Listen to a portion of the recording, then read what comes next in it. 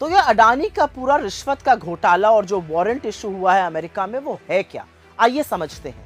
अडानी जी America गए, वहां के स्टॉक एक्सचेंज पर लिस्टेड एक कंपनी थी अजोर पावर, उसके साथ साठगांठ की, प्लान बनाया कि भारत में सोलर एनर्जी प्रोजेक्ट लगाए जाएंगे।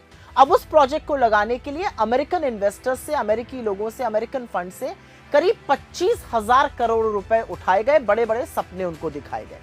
फिर भारत में सोलर एनर्जी प्रोजेक्ट लगने थे, लेकिन यहां पर दिक्कत ये आई कि जो बिजली थी वो बहुत महंगी थी, तो सरकारों ने वो लेने से मना कर दिया।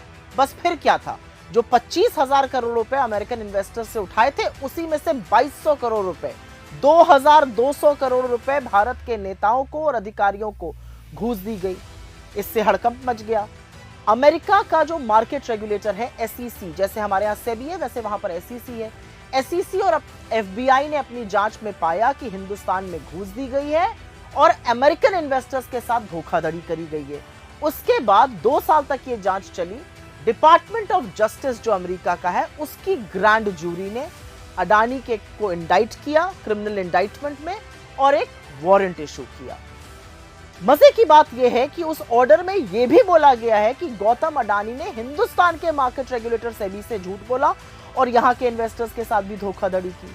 लेकिन कितने कमाल की बात है कि हिंदुस्तान में घूस देने का मामला, हिंदुस्तान में सेबी से झूठ बोलने का मामला, अमेरिका में इस पर कार्रवाई हो रही है, अमेरिका इसके खिलाफ एक्शन ले रहा है, अमेरिका में वो मोस्ट वांटेड अपराधी बन गए, लेकिन नरेंद्र मोदी के रहते हुए हिंदुस्तान में कोई उनका बाल बांका नहीं कर पा रहा है।